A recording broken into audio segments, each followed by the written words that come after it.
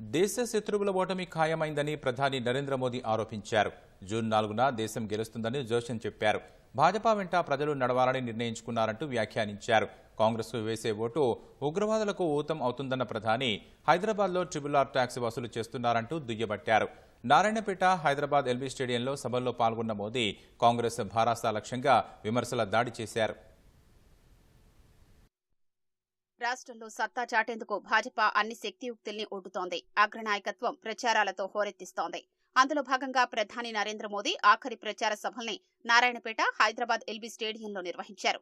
రాష్ట్రంలో కాంగ్రెస్ ప్రభుత్వం వచ్చాక RRR ట్యాక్స్ వసూలు చేస్తోందని ప్రధాని నరేంద్ర మోదీ పునరుద్ఘాటించారు.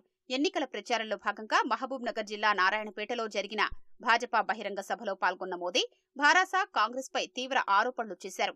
భారాస ప్రభుత్వం కాళేశ్వరం పేరిట దోచుకుందన్న మోదీ ఇప్పుడు కాంగ్రెస్ సైతం అదే దారిలో నడుస్తోందని ఆరోపించారు.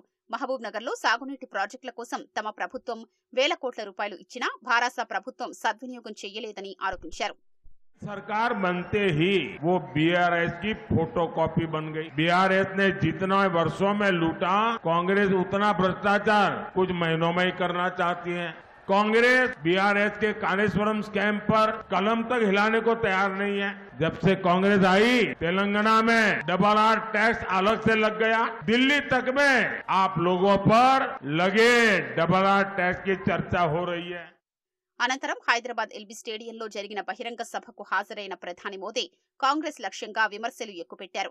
భాజపాను గెలిపించేందుకు 140 కోట్ల మంది ప్రజలు సంకల్పం తీసుకున్నారని ప్రధాని స్పష్టం చేశారు.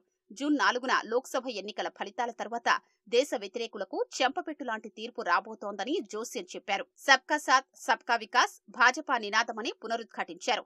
కాంగ్రెస్ పార్టీ రాకుమారుడు ఎన్నికలు రాగానే విద్వేషం, విషం చిమ్ముతున్నారని, కాంగ్రెస్ రాకుమారుడి రాజగురువు రంగు ఆధారంగా ప్రజల్ని విభజిస్తున్నారని ధ్వజమెత్తారు.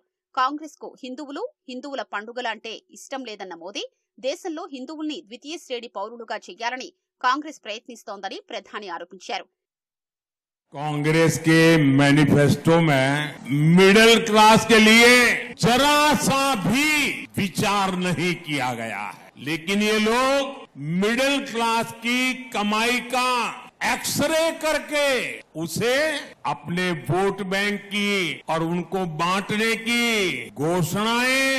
साथियों, कांग्रेस की नस नस में रेसिज्म का जहर भी भरा है। ये शाहजादे के उस्ताद अपने ही देश के लोगों को चीन का, अफ्रीका का बता रहे हैं कि राम मंदिर और रामनवमी मनाना गलत है। क्या भगवान राम का अपमान आपको मंजूर है? क्या पूजा करना गलत है? क्या पूजा करना देशद्रोह है? क्या నారాయణపేట, హైదరాబాద్ సభలతో ప్రధాని పర్యటనలు ముగియగా నేడు ప్రచారానికి ఆఖరి రోజు కేంద్ర హోంశాఖ మంత్రి అమిత్ షా రాష్ట్రానికి రానున్నారు.